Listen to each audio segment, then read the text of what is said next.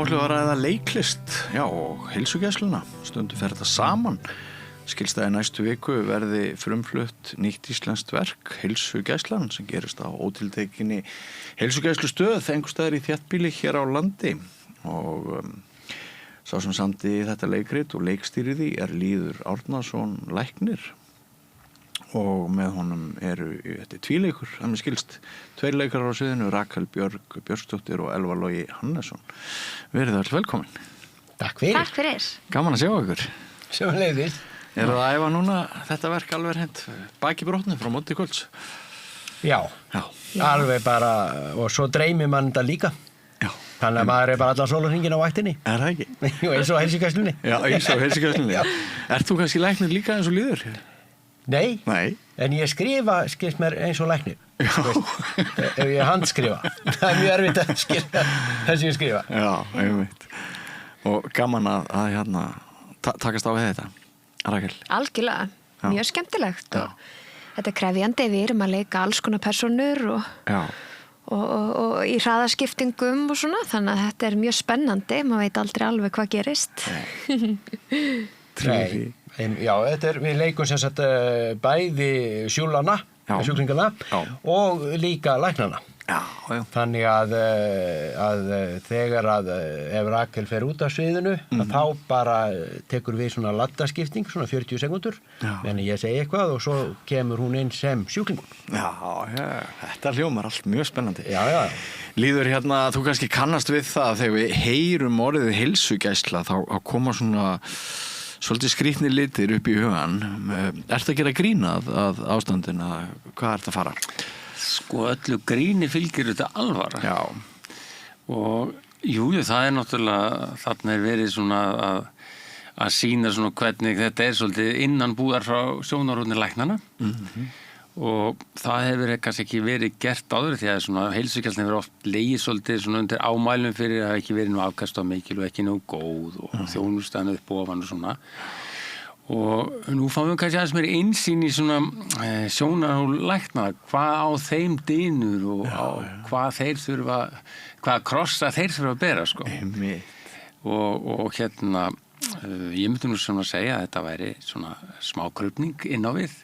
Hvað var að gerast baksviðs og interessant fyrir fólk að sjá þetta bara hvern sem því að við höfum náttúrulega öll þannig lagað einhver tíma þurft á heilsugæsluna að halda. Jafnvel læknar hefur verið stundum líka veikir, sko. Jú. Þannig að þetta er eitthvað sem allir þekkja og á erindi til allra þess vegna, segi ég. Já.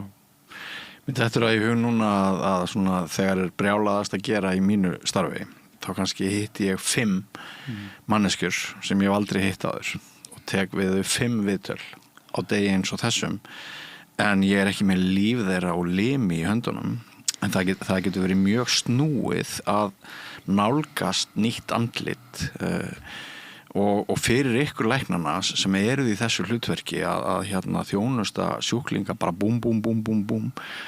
Þetta hlýtur að vera ansi snúið, ekki satt? Þetta svolítið að vera svona eins og leikstjórið, út að fá svona mörg leikrit upp í hendunar á hverjum degi, leikrit hvers og eins, svona lífsleikrit, og maður það svolítið að setja sig inn í þau og svona reyna svolítið að sjá líka svolítið fyrir upp af framvindu og endi hjá hverjum einum, sko. Hvað hver tilbúin að gera og hvað er hún ekki tilbúin að gera. Þannig að maður læri kannski svolítið mannþekkingu svona á þessu. Því þú ser fólk við alls konar aðstæður, þú ser fólk ungt og gamalt, þú ser ríkt og fátækt fólk inni og úti og í sorg og gleði. Jafnvel fjármál fólks kemur stundum inn til þín, sko. Þannig að maður fær eiginlega alla vinkla á öllu. Og þú þarft að taka nótis af því að bjargir sjúklingana eru kannski ólíkar. Algjörlega, sko. Þessi svona kannski gönguferð sem á nokkuð löng hjá mig, náttúrulega búin að starfa í þessi 30 ár, sko. Að hún hefur svolítið kennt mér það er voða erfitt að flokka lífið. Lífið eiginlega fellega óútreiknanlegt. En ertu eitthvað að taka á hinum bírókratíska helvíti sem oft rætt síðustu misseri að lækna sér stattir í? Ekki síst, sko. Það náttúrulega orðið ansi mikið og það náttúrulega ekki alveg eðlilegt að fólk þarf að bíða kannski nokkra vikur, jafnvel mánuð eftir á tíma heilsugæslulækni og ég finn bara fyrir því sjálfur eftir ég hætti þarna þá fæ ég sko nokkrar hringingar á dag bara frá vinum og kunningum sem ég vandræði vantar vökuvottor eða veikindavottor eða einhverja töflur eða eitthvað sem sko, einhverja smá ráleikingar.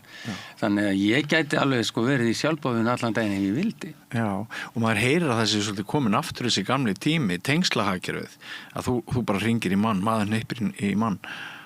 Er ekki eitthvað til því? Jú, algjörlega sko, algjörlega sko. Já, akkurat. En þú sagði mér hérna áður við hófum upptöku að þetta væri satíra. Og svona hvernig getur maður ánað þess að verða af því að þetta er svona dálítið mikið í deiglunni þetta mál hjá okkur er þetta ekki kunst að svona finna rétta tónin bæði í verkinu sjálf og fyrir ykkur sem leikara að hérna, hitta einhvern veginn á plankan fyrir hástökið alveg upp á sentimetra? Jú, absolutt. Þetta er svona mjög krefjandi og mjög svolítið gaman að þessi tegund af leikverki er kannski ekki mikið núna, kannski sem tengja þetta við svona revíu eða svona gamalleiki svona sem að ég ólst nú svolítið upp við heima í stóra leikhúsinu. Ég ólst upp í leikhúsinu á Bíldudal sem er ekki bara í leikhúsinu, þetta er þorpinu sjálfu sem er bara leikhús út af fyrir sig. Já, og svona bara sem að hérna við höfum það sem skemmtilega reynist í öllu og vinnum lítið og svona. Og þá var mikið verið að setja upp þessar svona gömlu leiki og fyrsta skipti sem ég fór í leikhús í Reykjavík það var í Iðnó og það var einmitt ákveð svona gamalleik. Bara Dario Fó eða það var ykkur svona bara þannig að við erum svolítið að fara á þann stað og sem er svolítið skemmtilegt og hefur lítið verið gert að þetta er ekki alveg kannski skápafarsi en samt næstum því en snertir kannski meira yfir í svona revíuna og er svona líka verið svona smá pólitík, svolítið Dario Fó eins og hann var mikið í pólitíkinni og blanda það inn í komikina og veist og þetta þarf að vera svolítið svona eins og að uppfærast eins og í gær þá bættu við þarna smjörvanum hann er komin inn stóra viðbitsmáli akkurat þannig að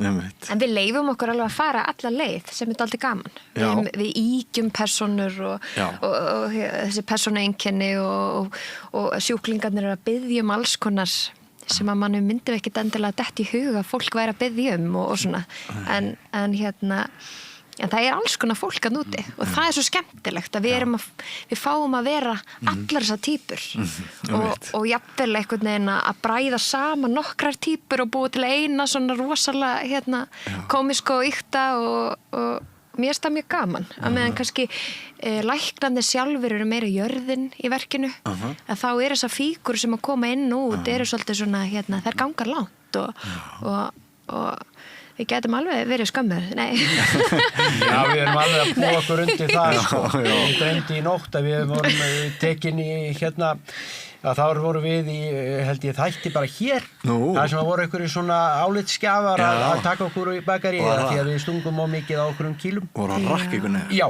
það var alveg veist þannig að ég segi, maður er farin að dreyma þetta og það er bara gott en það er einmitt held ég líka veist, í þessari einmitt tegund af gamalleik sem þetta er líka svona það er ekkert ólíklegt að kannist jafnvel við sjálfa þig eða einhverja sem þú þekkir í þessu verki og þá held ég að sé einmitt mikilvægt að fara svona að hafa það svolítið að fara svolítið lengra en þetta verði ekki alveg bara eins og Siggi nágranniðinn sko.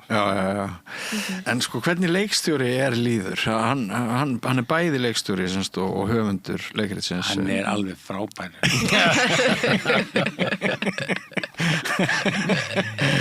Ornum Músæn, þú vilt stjórna þessu þætti þáttarins. Hefur hann eitthvað vit sko sem leikstjóri á leikstýri eitthvað, hann læknir, hann listrætt, maður veit það og hann hefur skrifað leikrit en getur hann eitthvað sem leikstjóri? Já, Ég er nú lent í honum nokkur sinnum áður. Okay. Þannig að sem listamanni, ekki sem lækni. Enda lífi. En svolítið í filmunni, í kvikmyndagerðinni og svo líka var ég svo heppinn að leika í fyrri uppfæslunni árið 2009, þá settu upp heilsugæsluna fyrir vestan sem tvíleik og það var rosalega skemmtilegt og rúllaði vel og við lifðum það samstarf alveg af og töluðumst alveg við. Svona En nú búið að yngja þessu upp. Nú búið að yngja upp. Það að segja, sko, ég komin inn í þetta. Já. En svo var þetta líka sett upp 2015 sko upp í Repum í Árnessið. Þar var áhugamannaleikhópur sem tók þetta fastum tökum og leyfði mér að leikstýra. Og þar var þetta sýnt nokkuð oft líka sko. En þá var þetta eins og sko, það var styttur útgáfa, nú er þetta lengri útgáfa. Bara alveg, fullþroska leikrit. Já, verkið bæði gamalt og nýtt. Já, þetta byggt á gamlu grunn, þetta sko byrjaði sem kaffileikur fyrir vestan. En núna er þetta orðið bara full bökuð kaka í full lengd og uppfærð. Og á sérlega vel við. Ég myndi segja það sko, að mörgur leiti á þetta mjög vel við því að við erum svolítið á krossgótum með sumt sko, ekki bara læknisæðin, þetta bara í samskiptum yfirleitt. Og þau til dæmis leika tvo lækna af sikkur í kynslóðinni og svo sem augljóst hver leikur Well, okay. En hann heldur sér mjög vel. En fyrstu frá því sko að þá er sko þessi gamla læknisæði þess sem var meira svona maður á mann og nándin var meiri og það var svona meira í stíl kaupmanns eins og hotnin, það voru allir miklu nær hvor öðrum. Kannski líka meiri tími. Meiri yfirsýn og kannski minni á skráningum og svoleiðis.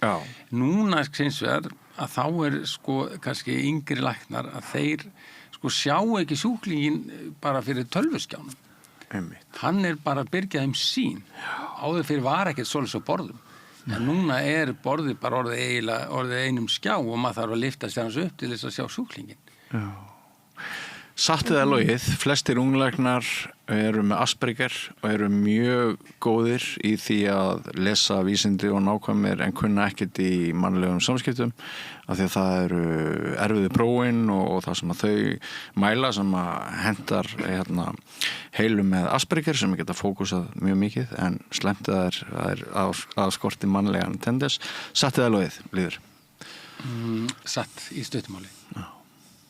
Það er nefnilega mjög áhugavert og áhyggjuefni, er það ekki? Jú, og þetta er eitt aðal umfjöllunarefni kannski í þessu leikriti. Sko. Já. Þú sérði alveg svolítið svona mun á þessu, en svo kannski má segja að Asperger eða Gustafsberger eða hvað kallum þetta, að það er orðið svolítið kannski samskiptamáti núsins.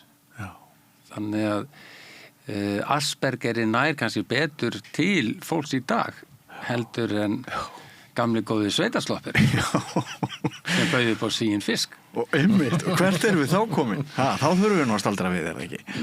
Það er alveg spurning, sko, maður náttúrulega sér alveg að tíminn þróast og menninni breytast með honum og það er svolítið erfitt að segja endilega hvað sé rétt og rangt, sko, en það er svolítið gaman að byrja þetta saman og við gerum það svo sannarlega í þessu leikriti. Já, einmitt. Eigið þið ykkur einhver svona óskasennur? Við viljum kannski ekki uppljóstra of mikið verkið en samt svona það er líka annað sem dettur í hug. Það lítur að vera erfitt að vera alltaf að flakka úr einu hlutverki í annað, er það ekki?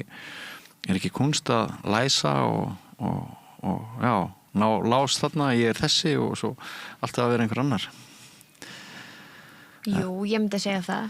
Eða sko, sérstaklega ef maður klúrar einhverju smá í skiptingunni þá verður maður að passa að koma ekki hálfur inn einhvern veginn. Ef maður kemur á miklum hlaupum þá er maður ekki alveg mættur í karakterinn svona rétt svona, í upphafi senu en þannig að maður þarf eiginlega að taka svona einn andadrátt baksviðs og svona setjast í næsta karakter, finnst mér. Já, einmitt, þetta er svona, það er ekki bara gerfið og stundum er líka eins og maður er líma á sig yfirvaraskegg og svona, að það er svona, að það snúi rétt og sé á sínu stað og maður kom ekki með það inn í næsta karakter og svo, en svona aðalega líka kannski svona tempóbreytingin, sko, sem er náttúrulega að fá það svolítið inn en þetta eru bara svona svolítið latta skiptingar sko. Hann meistar í þessu að skiptum gerfi bara að koma inn sem nýr, algjör snillingur og hérna að það svona það sem við erum að svona fást við að reyna svona að koma á réttum tíma. En það svona líka alveg gaman að því hvað þetta lífrænt. Þið vitið að það getur alveg komið fyrir að ég til dæmis kem inn á með neftóbak í einni sinnu og svo náði ég ekki alveg að þrífa það nógu vel af þannig að ég einhvern veginn var með neftóbaki í 2 sinnum og eftir og svona þetta maður verður bara að hlæja þessu og hérna, það getur alveg komið fyrir að kolla þetta af eða eitthvað skilji en það heldur maður bara áfram maður vorkennir stundum þessum græjum sko í þessum búningarskiptum sko þetta bara eins og kvikmyndagerðinni sko þá stundum gott að vera bara baka vélina sko alveg eins og ég lænsra en stundum bara fínt að vera baka við nálina sko en það sett mikill hraði og hérna Já, þetta alveg svita leikhús ég strax held ég búin að ég held að séu strax farin 3 kíló hjá mér og hérna til nokkur sunni já, hún náttúrulega ung og hérna í góðu formi ég komin á B-hliðina og þá þetta svona aðeins meira átak og hérna en sko ég mátti nú alveg við þessu að missa aðeins svona af svona sem við kallum bjórvömb En ekkert aðstoðarfólk? Það svona low budget sýning og þurfa bara allir að gera sitt? Já, það nú þannig við tókum nú þátt í hérna sviðslista lottóinu sem sjóður sem sviðslista sjóður sem maður getur sótt einu svona ári og við fengum ekki eina kúlu þar. Það ekki hneyksli? Við okkur finnst það sko. Það sé náttúrulega alveg en pottur náttúrulega allt og lítill og allt það þess og hefur nú oftur rætt held ég við þetta borðið mitt að hérna hjá sjálfstæðu senunni að þetta allt og lítið og nafni minn hann skil bara ekki hvað hann að gera hann þarf að fara hísi upp sig og fara að reyna að setja meir í monninga í sjálfstæðu leikhúsins Logi?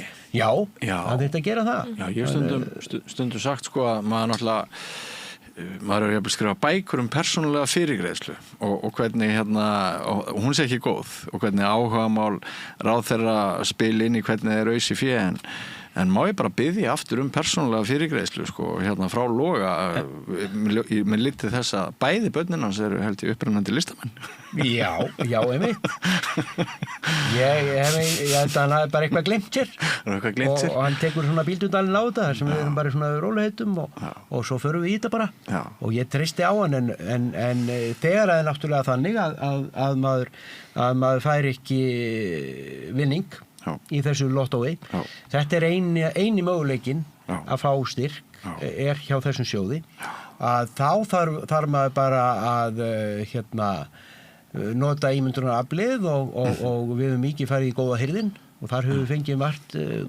gott og stólni hinn og þessu svona einsum heilsugæslum og hérna og svo náttúrulega veldur bara allt á því að við bara gerum góða sýningu og fólk streymi í leikhúsið og þá annars bara tökum við bara auka vakt Hafið þið gagert verið að bóka tíma og heilsugæslu bara til þess að láta greipa svo og stela hérna í leikmyndin Við ætlum nú ekkert að fara að viðurkenna það í þessu viðtali En það verður samt að segja eins og sko að hérna það eru geymslur og mörgum stöðum fullar af alls konar dóti og fólk hefur verið bara mjög hjálplegt að finna eitt og annað til sem ekki stóri hlutir en við fengið mikla hjálp og það bara það gildi önnur lögmál ef maður fær ekki sko tilstyrk þá kveikir það bara á öðrum elementum í okkur sjálfum sem eru líka skemmtileg Já, einmitt Akkurat sko Gamla góða íslenska brasið bara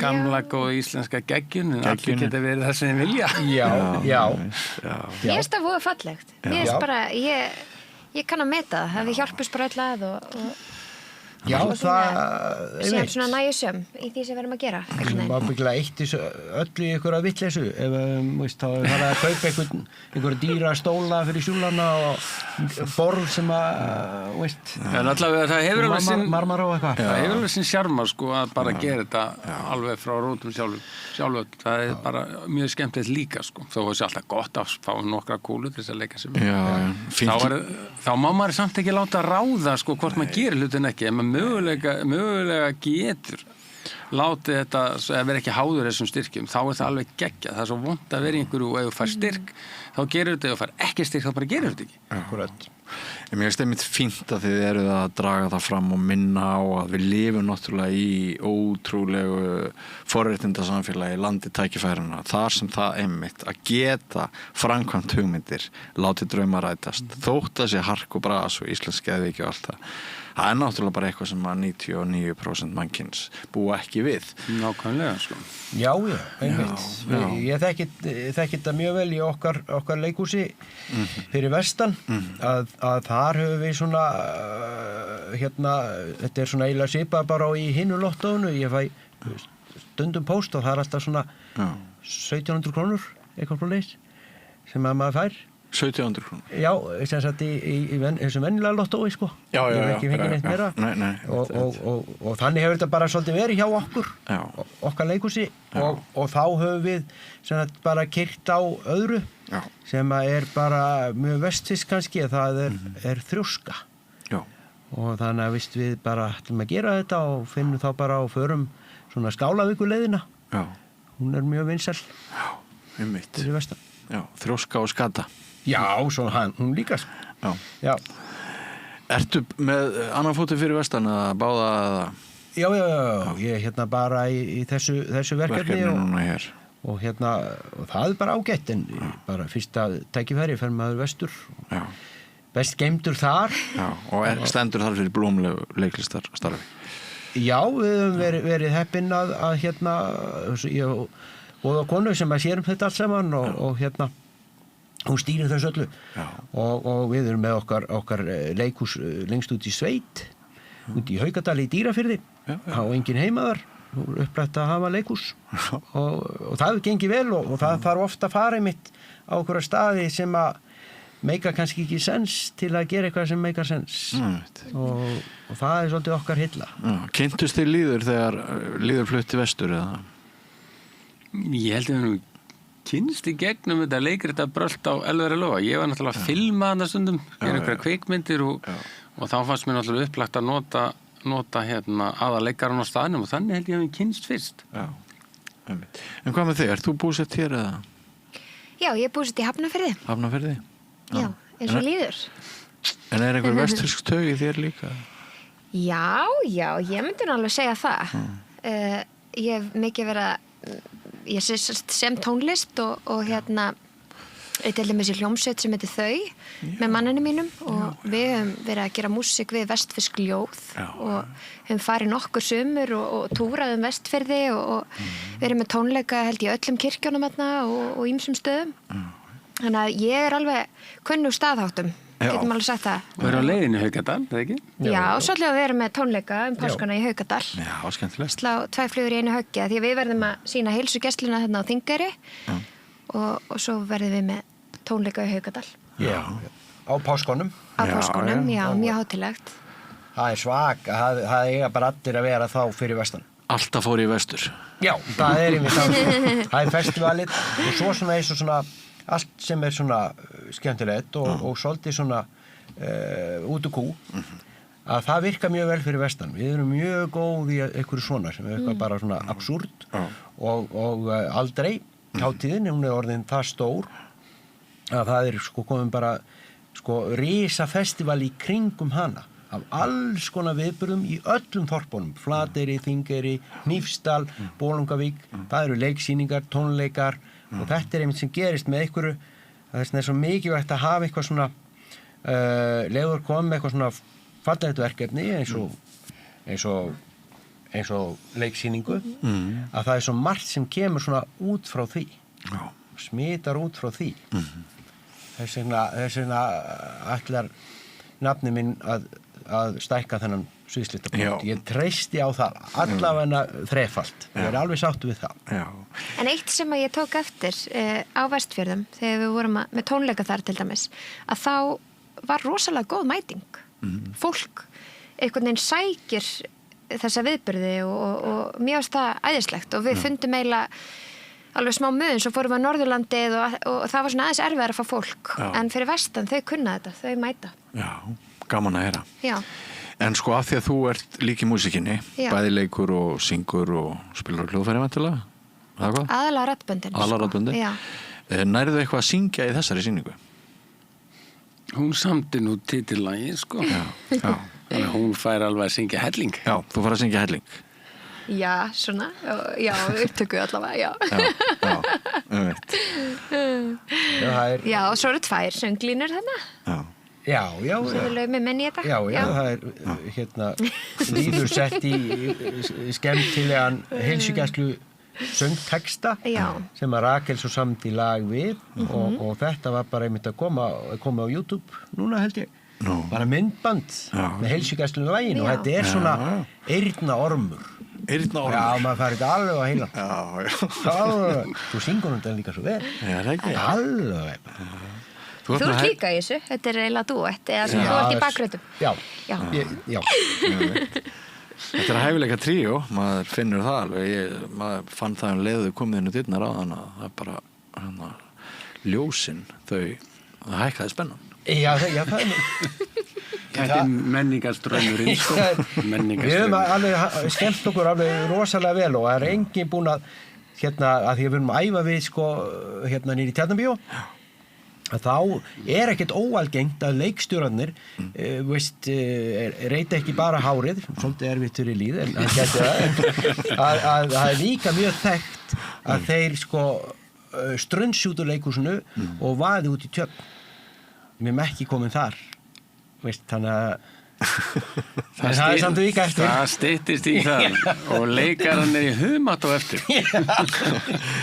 Ég ætla að plugga hans með ykkur í lokin. Hvenær er fyrsta sýning, segið þið? Það er 12. mars. 12. mars, sem er 50. viku. Næstu viku. Já, og það er orðið uppsest á þá sýningu.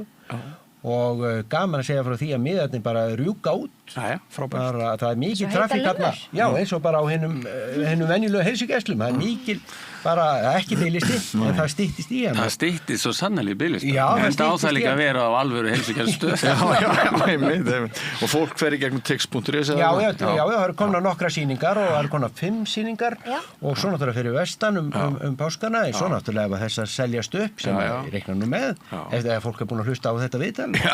Þá þurfum bara að bæta við sýningum og við höldum bara áfram alveg svo inn og í gamla daga. Ef vel gengur, ég veit ekki hvað ég var að segja, gætu orðið á annan 20 sýninga eða meira, eða 20 sýninga. Það er 50 sýningar? Já. Við erum strax komið þangað. Þá náðum við í 40 og eitthvað sýningar. Í alvöru? Já, 2009. Það var reyndar á 2 árum, eitthvað svo leiðis. Og þannig að það er ekki minna það. Nei. Og kannski engar 2 sýningar samanber það sem þið hafi sagt alveg eins. Ég held að það sé nokkuð ljóst og svona. Já, stundum er líka svona ekstra púk í manni eða eitthvað og þannig að Já. Þetta er svona lifandi, þetta er svolítið svona gamli góði gamaleikurinn sem að maður er alinn uppið, en með svona pólitísku og svona stingur svolítið á kýlnum, sko. En svo líður hefur nú stundum gert. Já, hann er snillingur í því. Þetta er hans sér fag. Já, það eru forréttindi að spjalla við ykkur þetta og ég vona að þetta gangi allt saman rosalega vel og ef sem sagt, maður fer og það er gaman þá bara getur maður farið aftur því að við veitum aldrei. Fólk fer yfirleitt oftar en einu svona heilsugæslu. Já. Rakel Björnsdóttir, Elvar Logi Hannesson og Lýður Árnason, kæra þakkir fyrir komuna. Takk fyrir að leyfa okkur að koma. Takk. Og áframgöngu við göttuna, kæru hlustendur áhorfendur, nýr kafli eftir andartak, ekki fara langt. Frjáls fjölmiðlun á í vök að verjast, allstaðar, ekki bara á Íslandi. Peningavaldið og sterku hagsmunaöflin eiga greiðan aðgang að stjórnvaldi og fjölmiðlum og eiga jafnvel sína eigin fjölmiðla. Þess vegna samstöðin svo mikilvæg. Hér pláss fyrir alla raddir, málin eru krufin til mergjar og samtölin eru stór og innihaldsrík. Samstöðin mikilvægt lýðræðistæki. Ég heiti Kristín Helga Gunnarsdóttir og ég styð samstöðina.